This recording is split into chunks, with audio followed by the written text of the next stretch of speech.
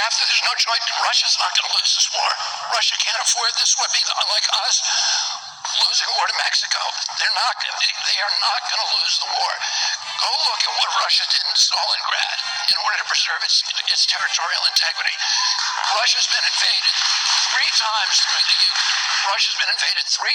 the Ukraine. The last time Hitler killed 1 out of every 7 Russians. They're 400 miles from Moscow. We already have Aegis missile systems within 12 minutes of Moscow. We wouldn't tolerate that if the Russians did it in 1962 when they put them in Cuba. My uncle was going to invade if they. I want to talk a little bit. That was an audio extract of Robert F. Kennedy Jr. speaking in a clip that was posted on YouTube from Fox News in the last week or so. It's about 7 minutes. It's 7 minutes and 31 seconds long. I highly recommend checking it out. I've put the link in the description box below. I will conclude the short video introduction to that with another sample/extract from that clip. It's interesting to note 2 things that spring to mind and that really jump out at me when I watch this clip.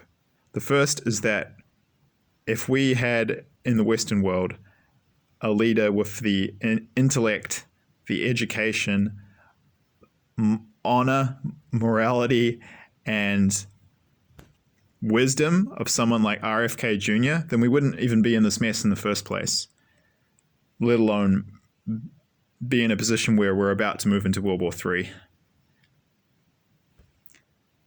If you look at the last video I posted, the one with the video cover image of this middle-aged man walking up to a roaring grizzly bear, that's an image from the promotional material for the film, the Werner Herzog film Grizzly Man, which is actually a really good film. I'd highly recommend it. But yeah, it's a guy who kind of poetic symbolism didn't really like bear. Well, in the film he really likes bears, but he didn't take the danger of the bear seriously enough and ended up being brutally mauled to death by one. It's a pretty horrific way to go. But if you go back to that video, the last one I posted on this channel, you will see that I talk about how Joe Biden is not even in the same league as someone like Vladimir Putin. And I think it really reflects on some level the moral and spiritual decay of the Anglo-Saxon countries, that the leader of our group of countries, the United States, has this, there's nothing wrong with being old. I mean, that's a cultural thing in the West where we don't like the, we're not allowed to call people, say you're an old woman or an old man. That's just because our culture doesn't value age.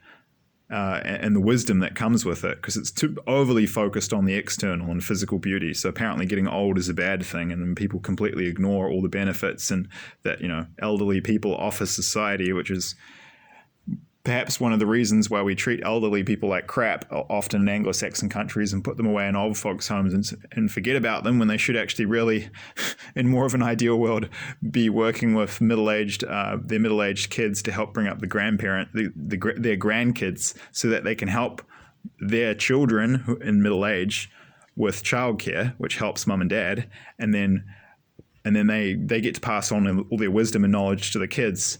And then no one has to pay to put them in these, old folks' retirement homes, which are really like prisons. My granddad was in one, my father's father, and he hated it. And many of them do. A lot of them get abused there. Anyway, a little bit of a tangent, but somewhat relevant. So there's nothing wrong with being, an old man, an elderly man, in a position of high political responsibility, such as President of the United States. But it's kind of telling that we have this, the point I made about how we treat our elders badly in the Anglo-Saxon world is just another indicator of our moral and spiritual decline, that's even happening, that we farm them out to, corporate retirement homes so that money can be made off them while they get lonely, and then we suffer because we don't, it just doesn't make any sense. It's not about Joe Biden being old. I mean, Trump's, I think, mid-60s, mid-70s. I don't know Vladimir Putin's age, but he's, well over 60. But think about the symbolism of the leader of the free world being this. Yeah, forget about age for a moment, although it was relevant in a sense to bring that point up to, talk about moral decline in our societies. But think about the fact that this guy can often forget where he is, makes ridiculous mistakes. He's sniffing the hair of young children, which is really weird.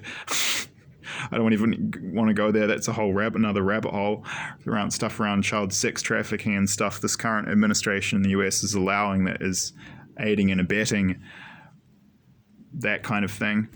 I mean, I think it was a few months ago, he literally fell down some stairs getting off a plane. I mean, he doesn't even seem to know where he is a lot of the time. I'm not having a go at the guy. I'm not trying to be mean. There's genuine concerns about his health. Well, think about the symbolism of that. A man who is not a strong leader, who is kind of lost, doing weird, stupid things, and not even really in control of his own mind and body a lot of the time. I think that's kind of a good symbolism for the decline of the Anglo-Saxon world, and in particular of the US. And it's not surprising that if you've got someone like that in power, that there are people behind the scenes who are really pulling the strings, because he's not the one who's really in charge, who are driving us towards a catastrophe. And I don't want to get into politics, but I will say that I do like Trump, and I support Trump, and I also like RFK Jr., and I support him. And I would love to be able to have either of them in as president. If I'm honest, I'd probably... No, actually, I'm not sure. I'm not sure which one I'd rather have, but either of them. Some ways I would lean actually more towards RFK Jr. because I have a fondness for the historical legacy of the Kennedys, and JFK was such an amazing president and genuinely good person, and that's why they kept assassinating people in his family. Him, Robert F. Kennedy, JFK's brother.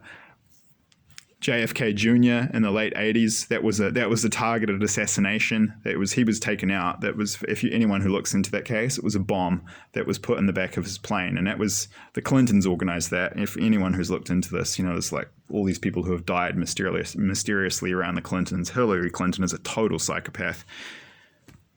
Yeah, it's sad that we're in this position where we're moving headlong into war, and a lot of it is just down to the fact that the leadership of the biggest ship on our side, the leader of the free world, of the leader of the US, and all the other countries on the West, EU, NATO side, we're basically vassal states of the US. We have to kind of do what we're told.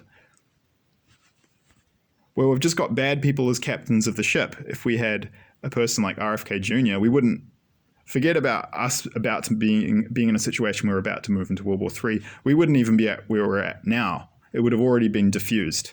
But we've got demons and Satanists running the US and running the Western world to an extent. And they don't want peace, they want war. The other thing that jumps out at me from this video, if you listen to RFK Jr. speak, is just how intelligent, how well educated this guy is. He's talking in detail about the historical context of modern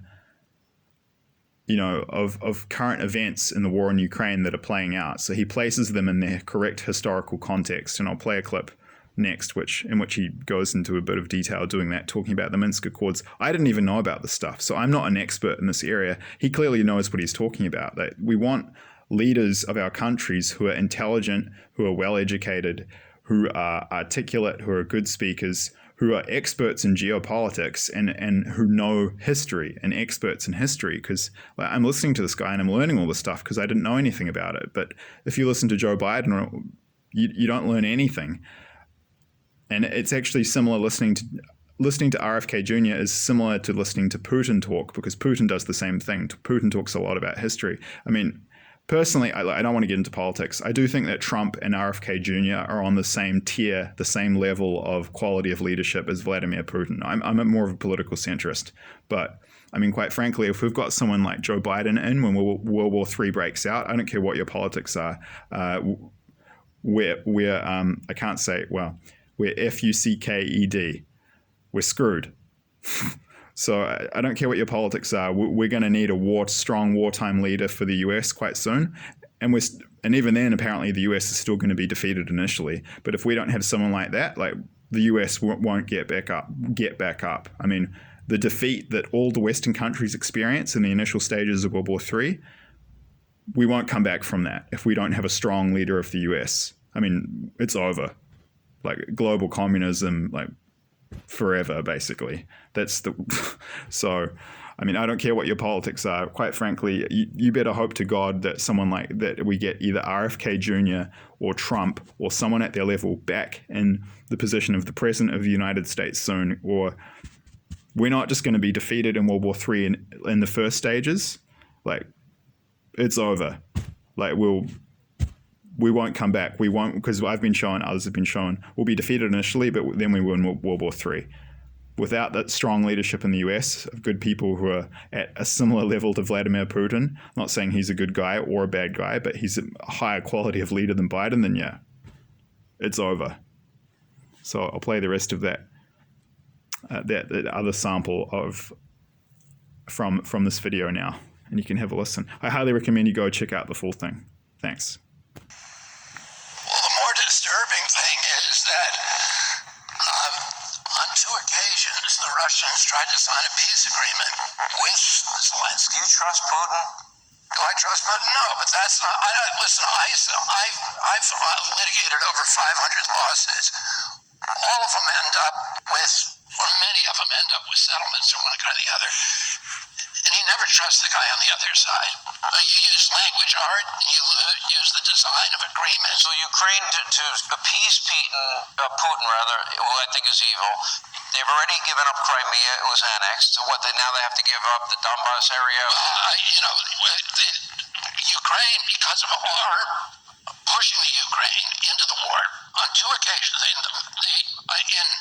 We pushed them into it, or did Putin? Well, let me tell you. Let me answer your question. Yeah. In 2019, France, Germany, and Russia all agreed to the Minsk Accords.